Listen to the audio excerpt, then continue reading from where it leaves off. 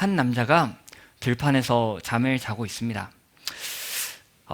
들판에서 자는데 들판에 나올 때 베개를 챙겨 나오지 않았는지 그냥 굴러다니던 돌 하나를 머리맡에 딱 대고 잠을 자고 있습니다.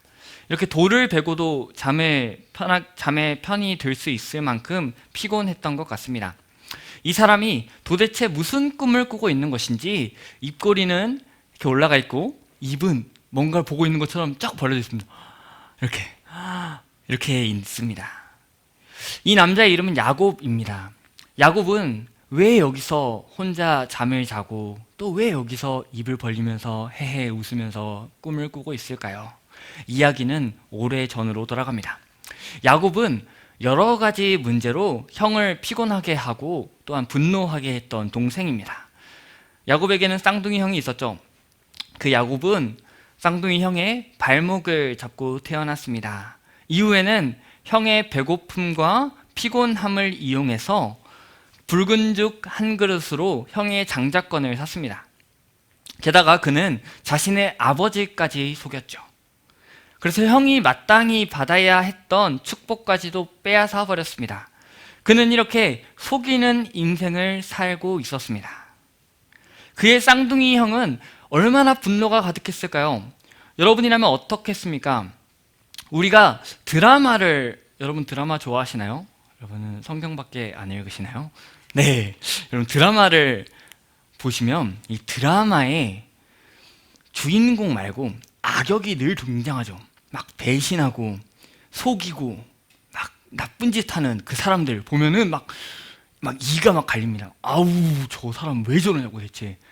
저는 요즘 이 드라마가 굉장히 정서상 좋지 못하지만 여러분 펜트하우스 보시나요? 굉장히 정서상 좋지 못하죠. 막 죽이고 네. 네, 무튼 그 드라마를 보면 막 보다 보면 주단태 이 나쁜 놈 막 이러면서 막 이러면서 제가 이야기 속에 막 빠져들고 가고 있는 것이죠. 이렇게 누군가가 다른 사람에게 배신을 하고 또한 잘못을 저지르는 것만 봐도 우리는 막 속으로 막 화가 막 치밀어 오릅니다. 막 분노합니다. 막 이를 막 갑니다. 그런데 실제로 그러한 속임수를 당하는 대상이 나라고 생각을 해보십시오. 내가 감히 네가 나를 속여? 네가 나한테 배신을 해? 막 화가 날 겁니다. 실제로 이 에서의 분노의 정도도 점점 차올랐습니다. 분노가 막 차올랐습니다. 그 증거가 창세기 27장에 등장합니다. 이렇게 기록합니다. 그의 아버지가 야곱에게 축복한 그 축복으로 말미암아 에서가 야곱을 미워하여 신중에 이르기를 아버지를 곡할 때가 가까웠은즉 내가 내 아우 야곱을 죽이리라 하였더니, 속으로 에서가 속으로 막 생각하는 거죠. 막 미운 거예요.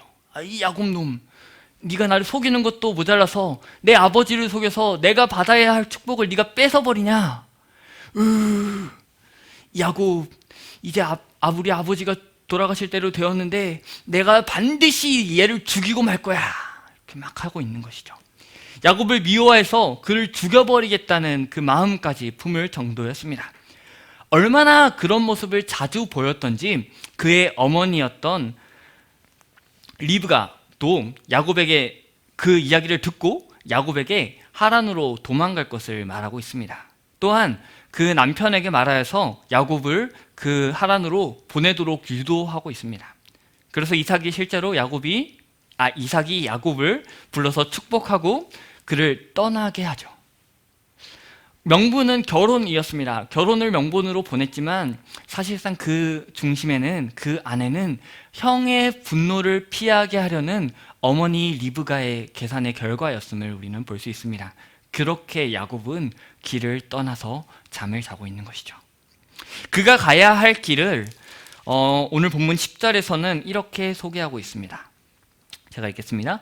야곱이 브엘세바에서 떠나 하란으로 향하여 가더니 그는 지금 이제 브엘세바에서 떠나서 하란으로 가야 합니다. 여러분, 어느 정도의 거리인지 아십니까? 브엘세바에서 하란까지. 저도 잘 몰랐습니다. 잘 몰라서 찾아봤죠. 비엘세바에서 하란까지 대체 얼마나 걸리는 거야? 봤더니 한 800km 정도가 걸린다고 합니다. 그래서 그럼 800km가 대체 얼마나 걸리는 거야? 하고 또 찾아봤죠. 제가 아는 가장 먼 한국의 도시는 부산입니다. 그러니까 서울에서 가장 먼 곳이 어디 있을까 궁금해가지고 부산 쳐봤죠. 부산 중에서도 내가 아는 동네 해운대 이런 걸 쳐봤죠. 부산의 해운대 쳐봤더니 여기서 차를 타고 해운대를 갔다가 다시 돌아오면 한 800km 정도 되는 것 같습니다. 그러니까 부산까지 서울에 여기 시흥대로 26길 28에서 부산 해운대까지 왕복으로 해야 800km 정도가 되는 겁니다. 이 정도 거리를 지금 길을 걷고 있는 것입니다.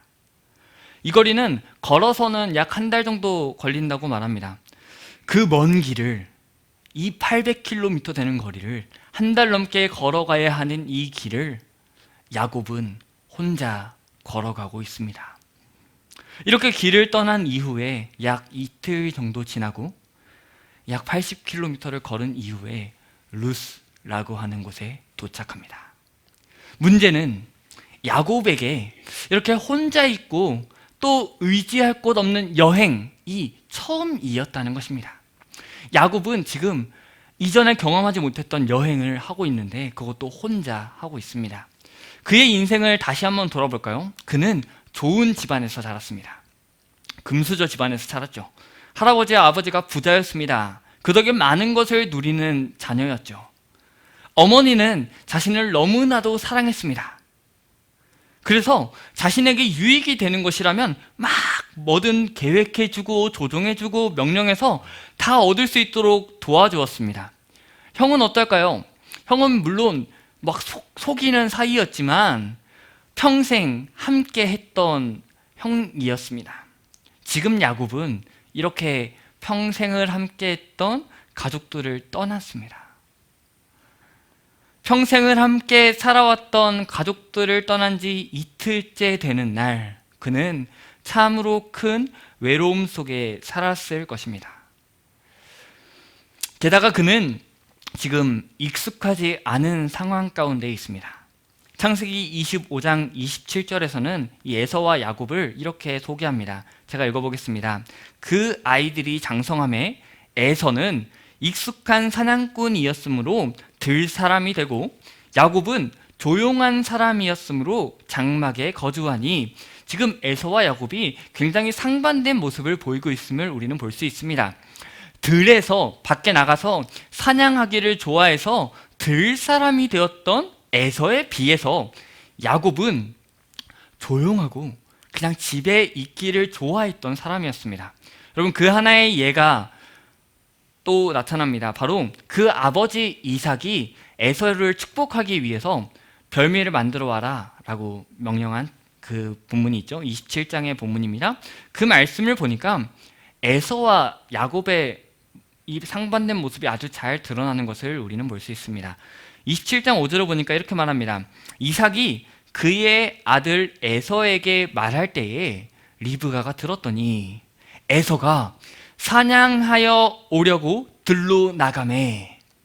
이제 아버지가 에서에게 너가 사냥해서 별미를 만들어 와라. 그럼 내가 너에게 축복을 주겠다. 축복하겠다. 라고 해서 에서가 듣고 바로 나가죠. 에서는 당장 사냥하여서 오려고, 사냥해서 별미를 만들어 오려고 들로 나갔습니다. 그런데 여러분, 본문에도 나타나 있죠? 그때 같이 들었던 사람이 한 명 더 있습니다. 바로 그의 어머니 리브가죠. 리브가는 우리가 알다시피 야곱을 더 사랑했던 사람입니다. 그래서 이제 머리를 막 굴리기 시작하는 거죠. 내가 더 사랑하는 아들 야곱이 축복을 받아야 될 텐데 대체 어떻게 하면 좋을까? 이대로 하면은 야곱이 아니라 에서가 축복을 받게 될 텐데 어떻게 하면 좋을까? 그래서 이제 딱 이거다 해서 야곱을 부르죠. 야곱아, 일단 와봐라. 그리고 이제 말합니다. 창세기 27장 6절부터 10절의 말씀을 봅니다. 그러면 이렇게 말합니다. 야곱아, 잘 들어보아라. 내가 너의 아버지가 이제 너의 형인 에서한테 말씀하시는 것을 내가 들어봤단 말이다. 그랬더니 나를 위하여 사냥하여 거저다가 별미를 만들어 내가 먹게 하여 축복하게 하라 라고 말하더라. 그러니까 내 아들 야곱아, 잘 들어라. 염소 떼한테 가서 염소 2마리 끌고 와라. 그러면 내가 그 염소로 너의 아버지가 좋아하는 별미를 만들어서 줄 테니까 너는 그것을 가져다 드려서 네가 축복을 받아라. 이렇게 하고 있습니다. 그래서 여러분, 야곱이 어떻게 했죠? 실제로 염소를 그냥 끌고 옵니다. 27장 14절을 보니까 야곱이 가서 끌어다가 어머니에게로 가져왔습니다. 그는 사냥하지 않았습니다. 사냥을 모르는 사람이죠. 사냥하지 않습니다. 그저 염소 2마리 끌고 왔습니다. 일로 와 해가지고 가자 끌고 옵니다. 염소 2마리 끌고 와서 엄마 여기 이렇게 주는 거죠. 엄마 나 이제 축복 받을 수 있게 해줘. 이렇게 마마 보이죠. 엄마가 요리를 합니다. 엄마가 염소를 잡아서 요리까지 합니다. 그리고 야곱한테 에서의 옷까지 입혀줘요. 또 이 팔에 야곱은 조금 매끈매끈하고 에서는 털이 있으니까 이 털을 만들기 위해서 염소 가죽을 야곱에게 입혀줍니다. 붙여줘요. 야곱이 한 게 뭐가 있을까요? 그냥 염소 2마리 끌고 와서 엄마한테 주고 엄마가 옷 입혀주면 이렇게 있다가 엄마가 팔에 뭐 붙여주니까 팔에 붙였다가 엄마가 말하는 대로 시키는 대로 가서 했습니다. 다시 오늘의 본문으로 돌아가 봅니다. 그는 지금까지 이 가족 구성원들과 함께 아늑한 집에서 살아왔습니다. 엄마의 사랑을 굉장히 많이 받은 사람이었죠. 아버지와 어머니 그리고 쌍둥이 형과 함께 살아왔습니다.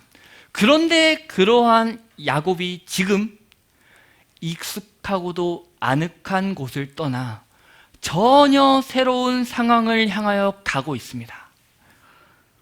익숙하던 가족들을 떠나서 전혀 모르는 외삼촌에게 800km나 떨어져 있던 그 외삼촌에게 가고 있습니다. 그것도 혼자서 말이죠. 그 길은 참으로 멀고도 험한 길이었습니다. 그렇게 혼자 험한 여정을 가던 중에 밤이 되고 그는 돌을 베고 잠에 들었습니다. 생각해보면 우리에게도 이렇게 익숙하고 또한 아늑한 것을 떠나 홀로 들판에 서 있는 듯한 상황이 다 있는 것 같습니다. 나를 지켜주는 사람을 떠나야 하고 나를 지켜주던 사람들이 사라지고 내가 익숙했던 상황들이 전부 사라져버리는, 그래서 나 홀로 남은 듯한 상황에 처해 있는 그러한 상황이 우리에게는 있습니다. 그래서 너무나도 외롭고 또 두렵고 또 지치는 상황에 그저 막막한 때가 있습니다. 집을 너무나도 사랑하던 야곱이 지금 집 밖에 있죠. 멀리 걷지도 않던 야곱이 지금 80km나 걸어왔습니다. 이틀 내내 걸어왔습니다.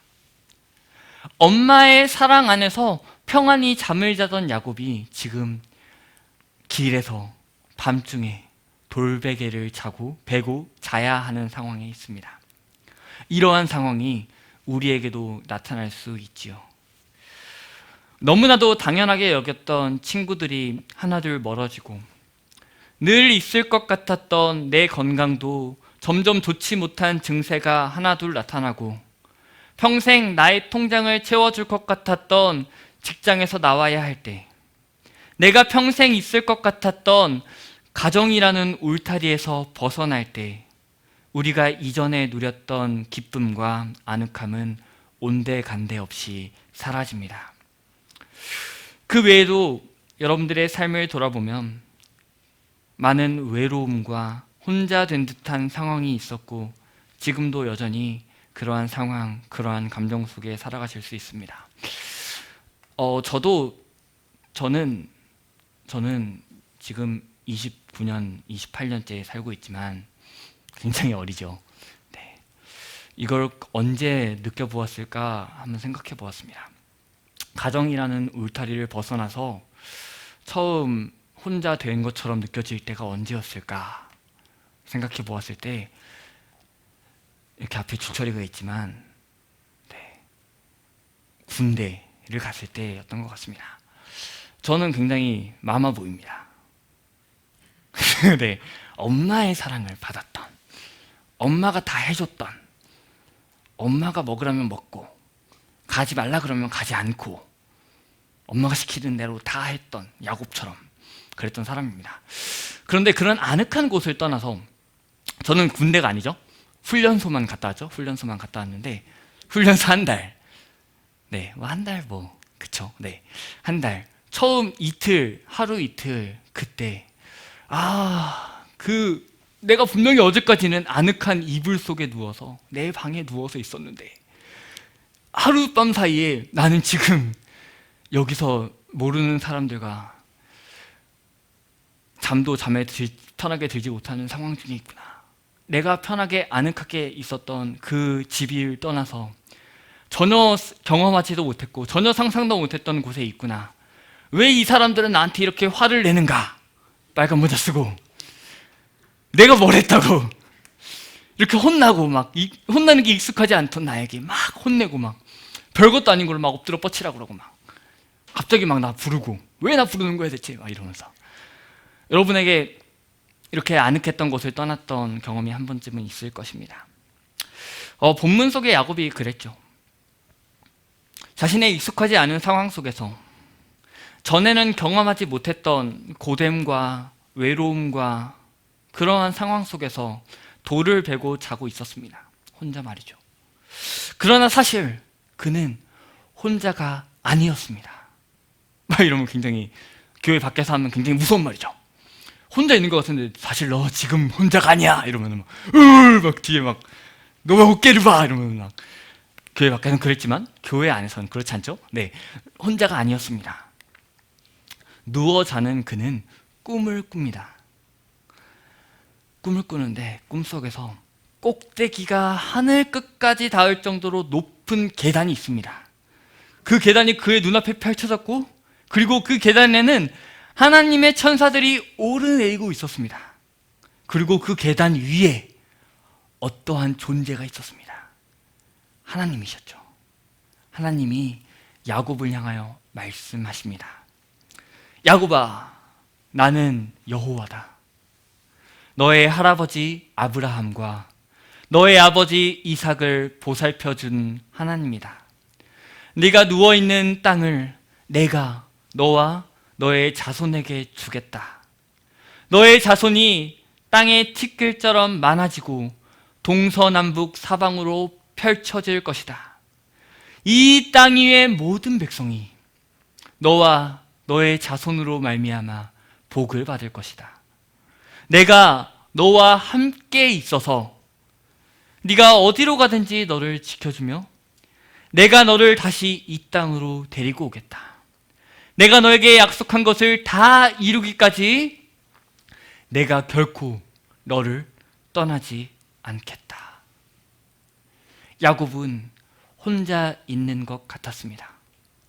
익숙한 곳을 떠나서, 가정이라는 울타리를 떠나서 혼자 된 듯한, 실제로 몸은 혼자 있는 상황이었습니다. 그러나 그는 결코 혼자가 아니었습니다.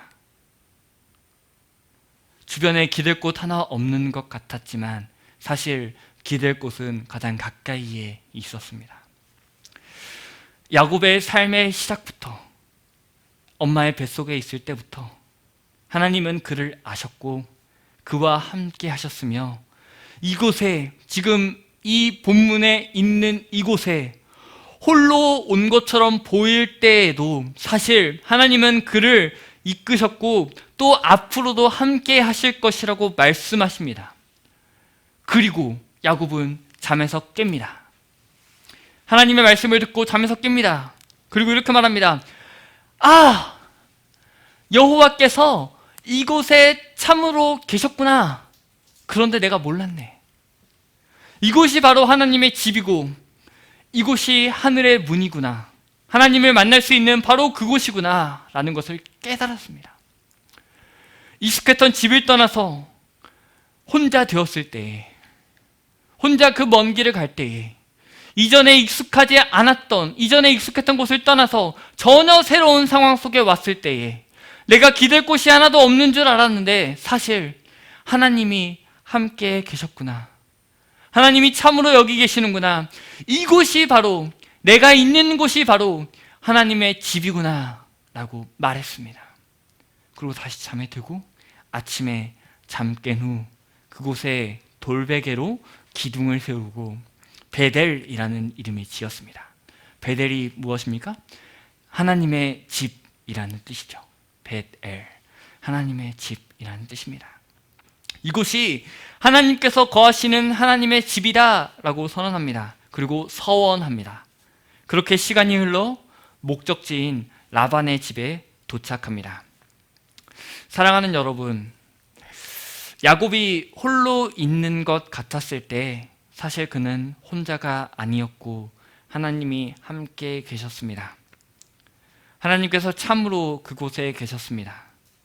그리고 그 하나님은 야곱의 평생에 절대 떠나지 않으시고 함께 계십니다. 창세기 35장 3절을 보니까 야곱은 이렇게 말합니다.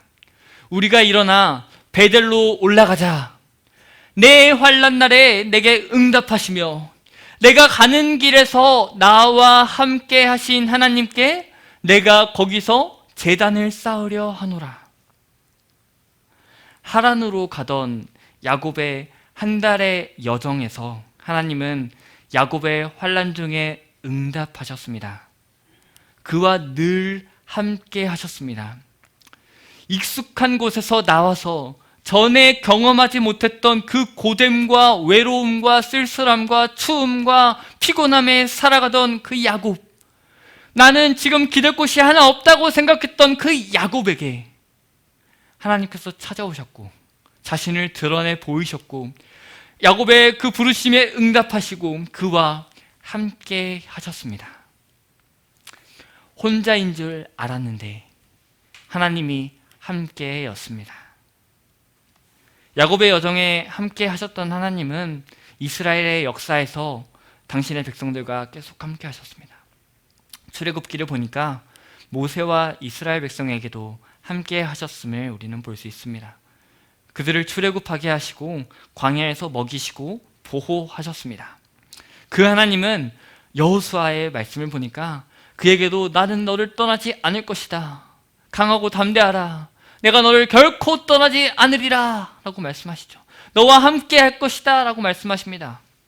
그리고 그와 백성을 승리로 이끄십니다. 더 나아가서 그 하나님은 다윗에게 하신 언약 속에서도 함께 하시겠다고 말씀하셨습니다. 그리고 그 함께 하시는 하나님은 신약 시대로 넘어와서 이 땅 가운데 오셨습니다. 그래서 참 사람으로 이 땅 가운데 오시고 우리 가운데 거하셨습니다. 그리고 이렇게 약속하십니다. 내가 너희를 고아와 같이 버려두지 아니하고 너희에게로 오리라. 또한 세상 끝날까지 함께 있으리라고 약속하신 임마누엘 하나님은요, 오늘 혼자라고 느껴지는 아무것도 기댈 것 없이 살아간다고 생각하는 우리의 삶을 저와 여러분에게 이미 함께 계시고 앞으로도 함께 계실 것입니다. 함께 하실 뿐 아니라 그저 옆에만 계신 것이 아니라 옆에서 계속 말씀하시는 거예요.